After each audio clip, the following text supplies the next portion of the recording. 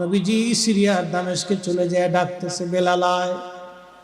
ও বেলাল রে, তুমি আমার সঙ্গে কেমন জুলুম শুরু করছো রে বেলাল?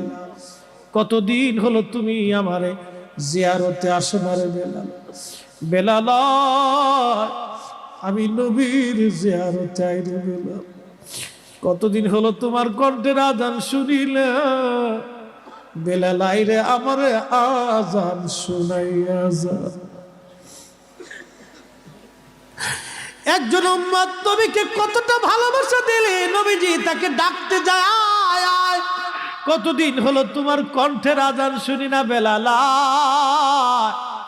কতদিন হলো তুমি আমার জিয়ারতে আসো না রে বেলাল।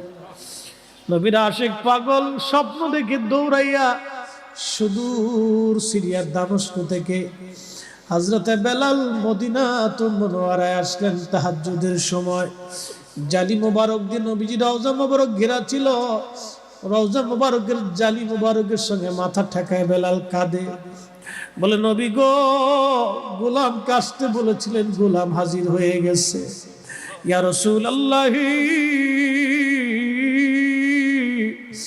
আপনি আজান দিতে বলছেন, আমি আগে আজান দিলে নবী নামাজে আসতেন, এখন আজান দিলে কি নামাজে আসবেন? বেলালের মতো আশিক যদি আমরা হইতাম,